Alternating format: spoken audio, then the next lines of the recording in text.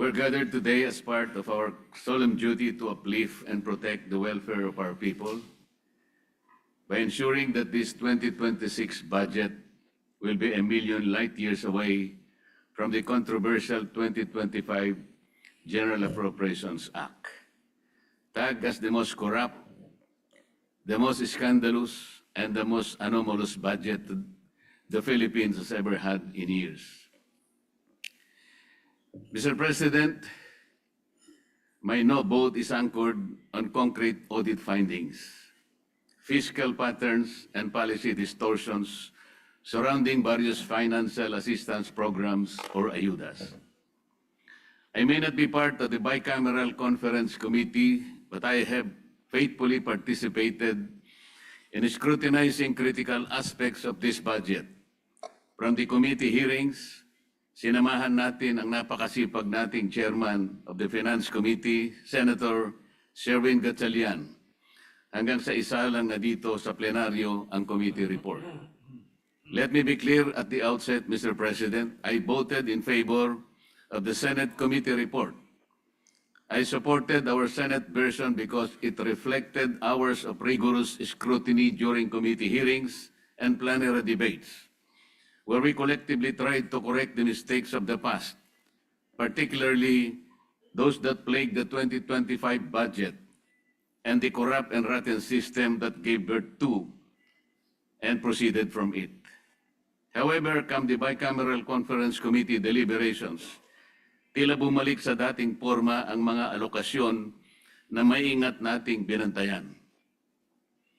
I commend the move of both houses in acceding to the call of the people to have a transparent and open bicameral conference, and in giving the largest allocations to education, health, and agriculture as mandated by our Constitution. Yet, despite these praiseworthy actions, it seems that we have let our guards down in deterring provisions prone to abuse and political patronage. Mr. President, I am not against helping the poor. I have always fought for them. The state has the constitutional duty to assist vulnerable sectors in pursuit of social justice. But after decades of pouring billions into short-term assistance, we cannot deny that the current system of socio-economic interventions is not lifting out our people from poverty.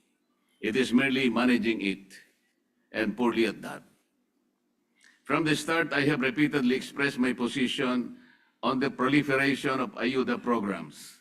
No matter how noble our intentions are, Mr. President, the outcomes fall short of what we envision. After years of pouring billions into short-term assistance, the hard truth remains. The lives of our people are not improving. Worse, the number of Filipino families who consider themselves poor continue to rise. The data are unmistakable, Mr. President. The September 2025 Social Weather Station survey revealed that 50% or at least 14.2 million Filipino families consider themselves poor, 1% higher than the 49% previously recorded just 3 months earlier. In 2024, the annual average for self-rated poor families stood at 57%, while both 2023 and 2022, the average was 48%. Even more alarming, as of November 5, 2025, about 22% of Filipino families experience involuntary hunger, going hungry with nothing to eat, at least once in the past 3 months, the highest level recorded since 1998 outside the pandemic.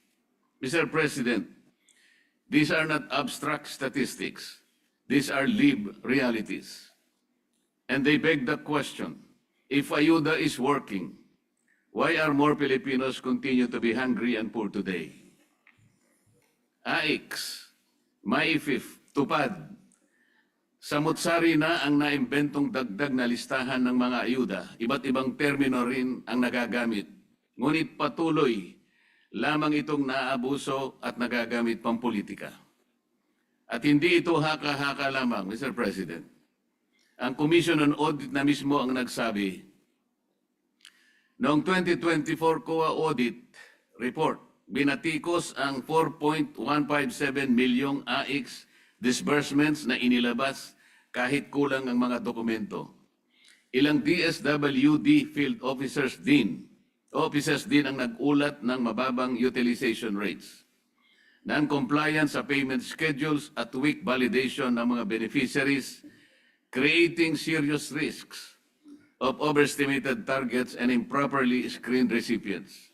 COA further reported a duplication between AIX and ACAP, allowing multiple availments by the same beneficiaries, assistance granted to above minimum wage earners and college students, repeated assistance within short periods from different offices, and the non-implementation of 168 out of 288 prior audit recommendations.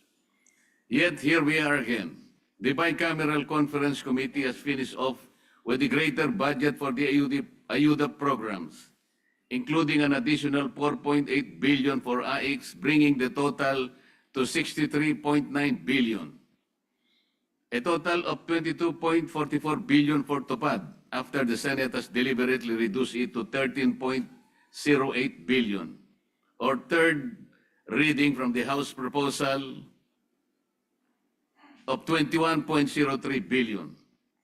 The revival of MyFIF at 56.6 billion, despite the Senate's earlier attempt to shift to zero balance billing to curb politically mediated medical assistance and push genuine universal healthcare reform.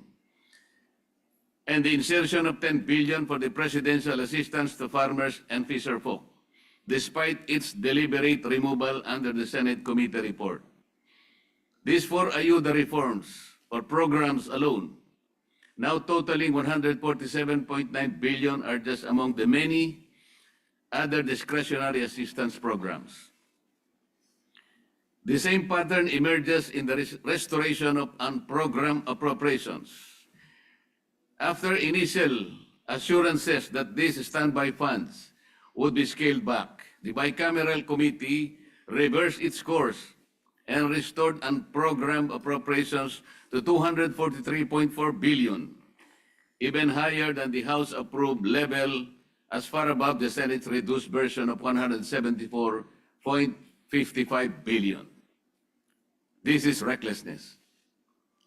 Mr. President, when we place massive increases in AYUDA and standby funds side by side, a troubling picture emerges. We are expanding both the soft channels of political patronage and the fiscal backdoors that allow them to be financed, all while claiming to pursue reform and discipline.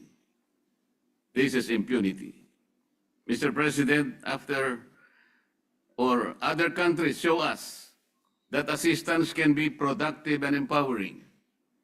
Vietnam, for example, focuses on livelihood-enabling support, such as boats and fuel subsidies for fisherfolk, rather than endless cash handouts that foster dependency.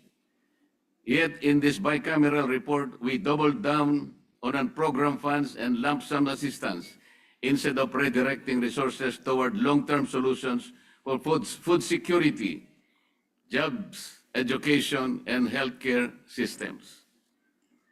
The Philippines can take it a notch higher by enhancing the implementation of our electricity lifeline rate. Senate Bill number 63, one of my priority bills, Mr. President, aims to exempt all households consuming 200 kilowatt hours of electricity or less. A median of about 1,750 pesos for 5.5 households will only cost the government an estimated 115 billion pesos per year. This provides for a more transparent and targeted assistance for qualified individuals. It should be pointed out that under the 2025 GAA alone, Sir President, 194 billion worth of AYUDA was set up for the beneficiaries of PORPIS, MAIP, AIX, TOPAD, and ACAP. Senate Bill 63 can lead the way for the re-evaluation of these programs in the future and hopes for lesser reliance on these unviable interventions. After deliberate consideration of this submitted bicameral conference committee report on the disagreeing provisions on House Bill 458, it is with heavy heart that I cast my no vote, Mr. President. I hope that my good friend Senator Sherwin Gatchalian will find it in the goodness of his heart the reasons why I am objecting to this bicameral conference report. Masakit ang loob ko na mag-object dahil kasama niyo akong nagumpisa at nagsimula sa pagbusisi nitong 2026 budget. But I stand my ground for the conviction against the chance of possible abuses of the budget. Despite all the protective measures instilled in this budget, there is the ever-present danger of loopholes in the wordings that may be exploited. An uncomfortable reminder that safeguards on the paper do not always prevent abuse in practice. Matuto na tayo sa mga multo ng kahapon. Huwag na nating bigyan ng pagkakataon na maulit ang mga anomalyang hanggang ngayon ay hindi pa napapanagutan at nagdulot ng puot sa ating mga puso. Maraming salamat, Mr. President. Joe, the leader. Thank you very much, Mr.